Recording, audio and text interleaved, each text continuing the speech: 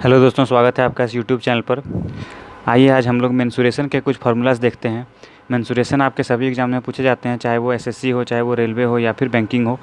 तीनों एग्जाम्स में आपको इन फार्मूलाज की ज़रूरत पड़ सकती है। तो वीडियो के लास्ट तक बने रहिए, आपको सारे फार्मूलाज और उनको कैसे यूज करना है सब अच्छे से समझ में आ जाएगा। तो देखिए, आपको क्षेत्रमिति टॉपिक से नाम से ही पता चलता है कि आपको इसमें जो भी क्षेत्र के बारे में होगा उसके बारे में पूछा जाएगा।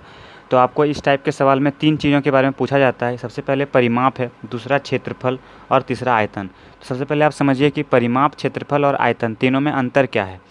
देखिए, परिमाप किसको बोलते हैं? यदि आपके पास कोई भी एरिया है, समझ लीजिए कि उसका आकार कुछ इस टाइप का है और इस एरिया का आपको पूछा गया कि परिमाप बताओ क्या होगा।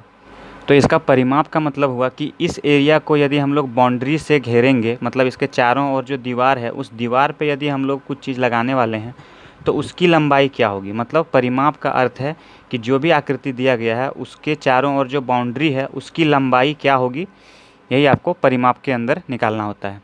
दूसरा देखिए, आपको यदि क्षेत्रफल पूछा जाए, क्षेत्रफल कोई भी एरिया दे दिया, यदि समझ लीजिए वो इस टाइप का एरिया है और इसमें पूछा है कि इसका क्षेत्रफल बताओ क्या होगा। तो क्षेत्रफल के मतलब है कि इस एरिया के अंदर हम कितना चीज़ रख सकते हैं। मतलब यदि इस शेप का कोई आकृति है तो इसका क्षेत्रफल मतलब इसमें क्या चीज़ हम भर सकते हैं। ऐसे करके यदि हम डालते हैं तो इसमें देखिए, ये पूरा पेज रंगने में हमको जितना भी इंक का ज़रूरत पड़ेगा, जितना भी कलर का ज़रूरत पड़ेगा, ये आपको क्षेत्रफल में बताना होता है। और आयतन किसको बोलते हैं? आयतन जब भी आपको निकालने देगा तो आपको 3D फिगर देगा। 3D फिगर मतलब ऐसा फिगर जिसमें हम कुछ भर सकते हैं, डाल सकते हैं या उसको खाली कर सकते हैं। मतलब इस टाइप का फिगर कैसे होगा? जैसे कि देखिए, ये एक टब हो गया, तो आपको पूछा जा सकता है कि इस टब में पानी कितना भरा जा सकता है।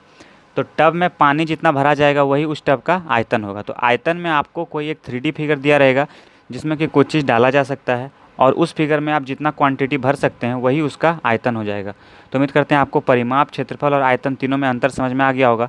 अब आइए हम लोग इसी पे कुछ जो फार्मूलाज हैं उनको देखते हैं और उसको कैसे याद रख सकते हैं ये समझते हैं। तो देखिए, आपको तीन टाइप के त्रिभुज मिलते हैं। एक त्रिभुज है जो कि समबाहु त्रिभुज है, मतलब जिसका तीनों भुजा बराबर है। यदि ए और ए तीनों भुजा होगा इसका। एक समद्विबाहु त्रिभुज मिलता है जिसकी दो भुजाएं बराबर होती हैं, मतलब ये दोनों यदि ए है तो ये भी कुछ दूसरा होगा बी। और एक विषमबाहु त्रिभुज मिलता है जिसकी तीनों भुजाएं अलग होती हैं, मतलब ए बी सी। तो देखिए, आपको परिमाप क्या पूछा जा सकता है।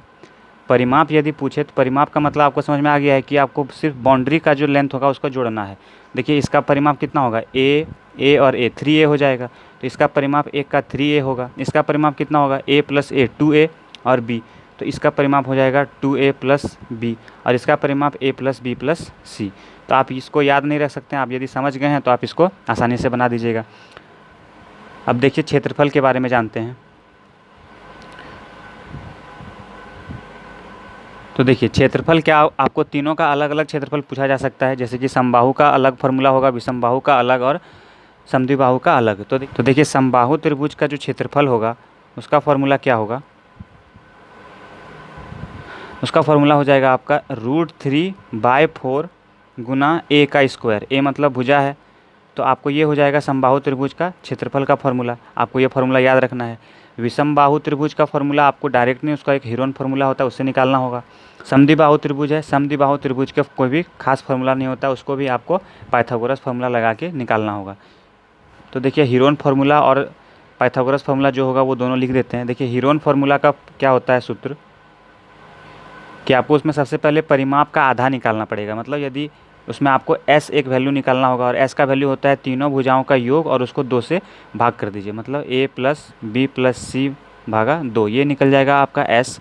और फिर आप हीरोन फार्मूला लगाइए। हीरोन फार्मूला होता है रूट के under s Guna s - a Guna s - b Guna s - c, ये होता है आपका हीरोन का फार्मूला।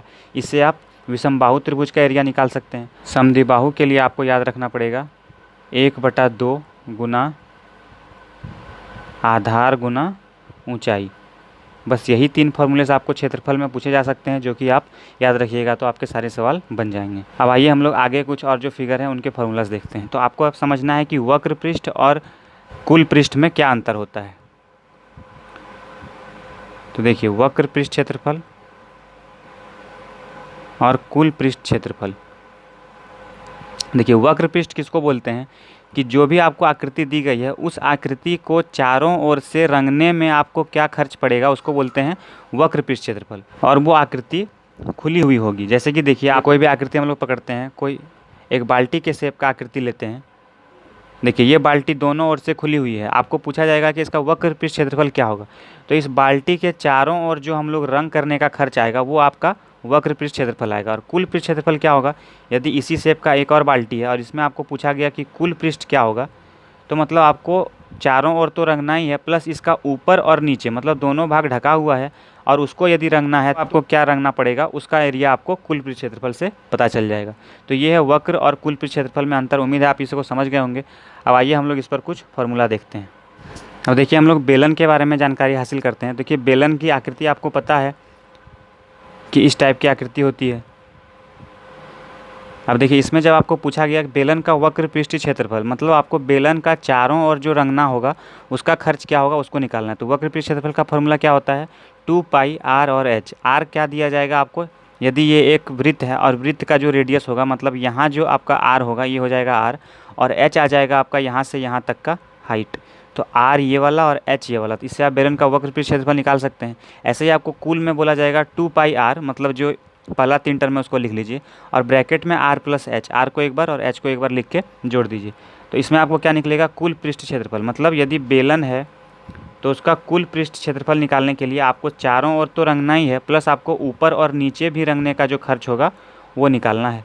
तो ये आपको कुल पृष्ठ क्षेत्रफल से निकल जाएगा। और आयतन आपको क्या बताएगा कि यदि बेलन का आकार है, इस शेप में यदि हमको पानी डालना है तो पानी डालने के लिए हमको कितना जगह है वो आपको आयतन से पता चलेगा। इस बेलन में यदि हम लोग पानी भरेंगे तो वो पानी आपको कितना जगह लेगा ये आपका आयतन से पता चलेगा। उम्मीद करते हैं आपको बेलन का तीनों फार्मूला समझ में आ गया होगा। अब आइए हम लोग आगे और कुछ और फार्मूलाज देखते हैं। अब आइए आगे हम लोग शंकु के बारे में देखते हैं। तो देखिए शंकु की आकृति कैसे होती है, एक टोपी की भांति आकृति होती है। आप इस आकृति को पहले ही जानते होंगे। देखिए इसमें पूछा जाएगा कि आपको शंकु का वक्र पृष्ठ क्षेत्रफल क्या होगा। तो वक्र पृष्ठ क्षेत्रफल का होगा formula pi r l. R कौन वाला लेंथ होगा, जो त्रिज्या होगी इस वृत्त की, और एल होगी आपकी ये वाली लेंथ, मतलब जो तिर्यक ऊंचाई है, जो टेढ़ा फिगर है उसका जो लेंथ है वो होगा आपका एल। तो आप इसे निकाल सकते हैं, शंकु का वक्र पृष्ठ क्षेत्रफल पाई आर एल। इसका मतलब होगा यदि ये टोपी की आकृति जो है, इसकी जो ऊपर वाला भाग है, मतलब कि ये जो भाग है, इस पूरे भाग में आपको जो कलर करना है इसका एरिया आपको वक्र पृष्ठ क्षेत्रफल का एरिया देगा। और टोटल सरफेस एरिया आपको क्या देगा, मतलब कुल पृष्ठ क्षेत्रफल आपको क्या देगा कि आप यदि ये शंकु है और ये शंकु एक टोपी की भांति है, इस टोपी में नीचे भी यदि आपको कलर करना है, मतलब ये टोपी में भी एक ढक्कन लगा हुआ है और आपको यदि सबको रंग करना है तो उसमें आपको कितना रंग लगाना पड़ेगा ये आपको कुल सरफेस एरिया बताएगा, मतलब कुल पृष्ठ क्षेत्रफल। तो पाई आर और आर प्लस एल, ये आपको बेलन की भांति है। देखिए दो ऊपर वाला ले लीजिए पाई आर और फिर आर और एल को जोड़ दीजिए। तो ऐसे आप शंकु का पृष्ठ क्षेत्रफल निकाल सकते हैं। और शंकु का आयतन निकालने के लिए आपको क्या याद रखना है कि शंकु बेलन का 1/3 होता है। देखिए यदि आप बेलन बनाइएगा तो देखिए बेलन में 3 शंकु छिपा हुआ होता है। देखिए यदि हम यहाँ से एक शंकु बनाते हैं, देखिए एक शंकु तो ये वाला बन गया और एक शंकु देखिए यहाँ बन रहा है ऐसे करके, और एक शंकु देखिए आपका यहाँ बन रहा है। तो इसमें एक बेलन में 3 शंकु बना हुआ है। तो आपको यदि बेलन का आयतन पता है पाई आर स्क्वायर एच, तो उसका 1/3 कितना हो जाएगा, शंकु का आयतन। आपको शंकु का आयतन में पता ही है कि आयतन बता रहा है कि इस शंकु में हम कितना चीज़ भर सकते हैं। मतलब इस शंकु के आकार की टोपी में यदि हमको बालू पानी कुछ भी भरना है तो उसमें भरने के लिए कितना जगह होगा ये आपको आयतन से पता चलेगा। अब आइए हम लोग आगे गोला और अर्धगोला के बारे में देखते हैं। तो देखिए हम लोग अब गोला और अर्धगोला के बारे में देखते हैं। तो गोले की आकृति आपको पता है कि एक गेंद जो है वो गोले की आकृति, आपको गोला और वृत्त में कंफ्यूज नहीं करना है। वृत्त की जो आकृति होगी वो जो आप एक पेपर पे ड्रॉ करेंगे, जैसे कि हम ये बनाए हैं, ये एक वृत्त है। और गोले की आकृति क्या होगी, जो एक गेंद की आकृति होगी। तो देखिए गोला और अर्धगोला, अर्धगोले की आकृति आपको पता है कि यदि हम लोग गेंद को बीच से काट दें तो जैसी आकृति बनेगी वो आपको अर्धगोले की आकृति बताएगी। देखिए गोले का आयतन, मतलब यदि इस जो गेंद रूपी गोला है इसमें यदि हम लोग कुछ चीज़ भरेंगे तो उसका आयतन कितना होगा। तो उसका फॉर्मूला होता है 4/3 पाई आर क्यूब। और गोला है और इसका आधा अर्धगोला है तो आयतन भी आधा हो जाएगा, तो 4/3 है। इसको यदि आप 2 से डिवाइड कीजिएगा तो देखिए 2 कट जाएगा तो 2 बचेगा, तो 2/3 पाई आर क्यूब हो जाएगा आपका अर्धगोले का आयतन। अब देखिए गोले का कुल पृष्ठ क्षेत्रफल, देखिए गोले का वक्र पृष्ठ नहीं निकल सकता है। क्यों? क्योंकि वक्र पृष्ठ निकलने के लिए आपको कोई भाग खुला छोड़ना पड़ेगा और आप गोले में कोई भी पार्ट को खुला नहीं रख सकते हैं। यदि आप इस पार्ट को खुला रख दीजिएगा तो ये गोला नहीं बनेगा, ये आपका कुछ दूसरी आकृति बन जाएगा। तो इसलिए आपको गोले का वक्र और कुल पृष्ठ नहीं, आपको सिर्फ गोले का पृष्ठ क्षेत्रफल पूछा जाएगा और उसका फॉर्मूला होता है 4πr²। और इसी का देखिए अर्धगोला में क्या होता है, आधा कर दीजिए 4 का आधा 2, और यदि कुल पूछेगा तो में 1 जोड़ दीजिए 3πr²। तो अर्धगोले का वक्र पृष्ठ होता है 2πr² और कुल पृष्ठ होता है 3πr²।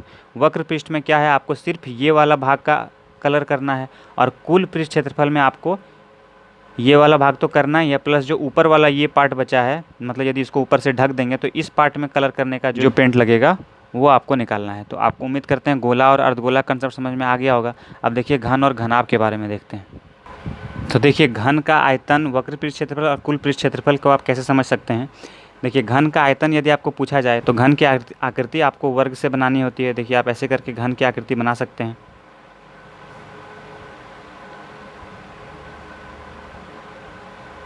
तो देखिए आपको पूछा गया है कि घन का आयतन क्या होगा। आयतन मतलब यदि आप एक घन को समझ लीजिए कि लूडो का डाइस है, आप लोग लूडो खेले होंगे तो लूडो का डाइस का जो शेप होता है वही घन की आकृति होती है। तो आपको पूछा जाएगा इसका आयतन क्या है। आयतन मतलब इस शेप में जो लूडो की आकृति का शेप है इसमें आप कितना मटेरियल डाल सकते हैं, ये आपको आयतन से पता चलेगा। तो आयतन का फॉर्मूला क्या होता है, a³। घन की सारी भुजाएं a होगी क्योंकि ये वर्ग से बना है, तो जितनी भी भुजाएं हैं सबका लेंथ कितना होगा, a। तो आप ऐसे करके इसको याद रख सकते हैं कि जितना भी लेंथ है उसमें से कोई 3 लेंथ को आप गुना कर दीजिए। देखिए इसको पकड़ते हैं, ये और ये। आपको एक इधर वाला लेंथ ले लीजिए, एक सामने वाला और एक नीचे वाला लेंथ, तीनों को गुना कर दीजिए, a गुना a हो जाएगा आपका a³। ऐसे आपको वक्र पृष्ठ क्षेत्रफल यदि पूछा जाए तो वक्र पृष्ठ में आपको बताया गया है कि आपको ऊपर और नीचे खुला रखना है। तो आपको ये वाला पार्ट और ये वाला पार्ट को खुला रखना है। तो यदि दोनों का आप खुला रखिएगा तो जो चारों ओर आपका जो दीवार बनेगा वो चारों दीवार को रंगना है। तो एक दीवार का क्षेत्रफल कितना होगा, a गुना a हो जाएगा a²। एक दीवार का क्षेत्रफल हो जाएगा आपका, देखिए एक दीवार आपका ऐसा है तो इसका भुजा, इसका क्षेत्रफल क्या होगा, a गुना a कीजिएगा a²। और ऐसे ही करके आपको 4 दीवार रंगना है। देखिए एक ये वाला दीवार होगा, एक इसके सामने वाला और एक इसके ऑपोजिट वाला और इसके पीछे वाला, ये दीवार है। तो 4 दीवार रंगना है। तो a² 1 का है तो 4 का कितना होगा, 4a²। ये है आपका वक्र पृष्ठ क्षेत्रफल। और कुल में आपको ऊपर और नीचे दोनों को जोड़ देना है। तो ऊपर वाला कितना हो जाएगा, देखिए ऊपर वाले का भी a² है और नीचे वाले का भी a² है, तो 2 जुड़ जाएगा। तो 4a² में से आप 2a² जोड़ दीजिए तो कितना हो जाएगा, 6a²। तो ये आ जाएगा आपका कुल पृष्ठ क्षेत्रफल। उम्मीद करते हैं आपको घन के सारे फॉर्मूले समझ में आ गए होंगे। अब आइए हम लोग घनाभ के बारे में देखते हैं। देखिए घनाभ के आपको तीनों फॉर्मूलाज दिख रहे होंगे। तो देखिए घनाभ का आयतन क्या होता है, L गुना B गुना H। घनाभ की आकृति आपको पता होगी कि आयत से बनती है, तो आप घन के जैसे ही घनाभ का आयतन भी बना सकते हैं, बस आपको 2 आयत बनाना है।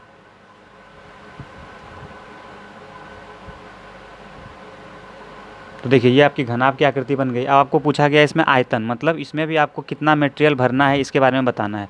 तो आयतन क्या होगा, जैसे घन में किए थे, कोई भी जो 3 भुजा है 3 भुजा को गुना कर दीजिए। तो देखिए एक सामने वाला भुजा लेते हैं L, देखिए इसको लीजिए L, इसको आप ले लीजिए H, देखिए ये हाइट है, और इधर वाले को ले लीजिए आप B। तो देखिए गुना हो जाएगा L गुना H गुना B। तो आपको यदि L गुना H गुना B कर दीजिएगा तो आपको आयतन निकल के आ जाएगा। अब आप देखिए वक्र पृष्ठ क्षेत्रफल को आप याद रख सकते हैं, 2 गुना L प्लस B, एक ऊपर और नीचे वाले को जोड़ दीजिए और बीच वाले को गुना कर दीजिए।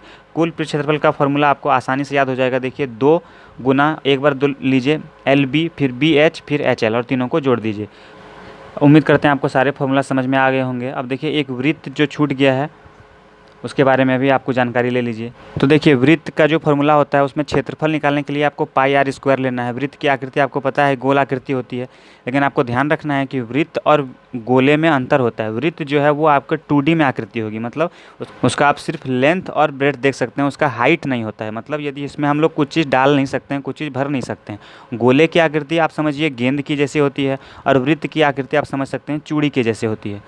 तो देखिए इसका आपको क्षेत्रफल पूछा है πr²। तो r आपको पता है कि वृत्त की त्रिज्या को बोला जाता है, तो इसका क्षेत्रफल क्या होगा, इस वृत्त में जो हम लोग जो अंदर वाला पार्ट होगा इसको भरने के लिए जितना कलर की आवश्यकता होगी वो क्षेत्रफल हो जाएगी। व्यास होता है वृत्त की त्रिज्या का डबल, मतलब यदि ये त्रिज्या है और ये r है तो आप r को दूसरी साइड कहीं भी बढ़ा दीजिए, ये सीधी रेखा बनेगी। तो ये r और r क्या बन जाएगा आपका 2r, ये हो जाएगा व्यास। और परिमाप होता है इसके जो चारों ओर बाउंड्री है, मतलब ये बाउंड्री की जो लंबाई होगी वो आपको बताना है परिमाप से। तो परिमाप का फॉर्मूला क्या होता है 2πr। उम्मीद करते हैं आपको ये सेशन समझ में आया होगा और ये सेशन आपके लिए हेल्पफुल हो, ताकि आप लोग अपने एग्जाम्स में इन फार्मूले को यूज करके और क्वेश्चन बना सकते हैं। यदि आप इस चैनल पर नए हैं तो इस चैनल को सब्सक्राइब कर लीजिए। लगातार मैथ के वीडियोस डाले जाते हैं जो कि आपके लिए एग्जाम्स में हेल्पफुल होंगे। इसमें chapter wise number system, percentage, simplification सारी वीडियोस अवेलेबल हैं, आप उनको देख सकते हैं। आपको सारे वीडियोस चैनल के डिस्क्रिप्शन में मिल जाएंगे।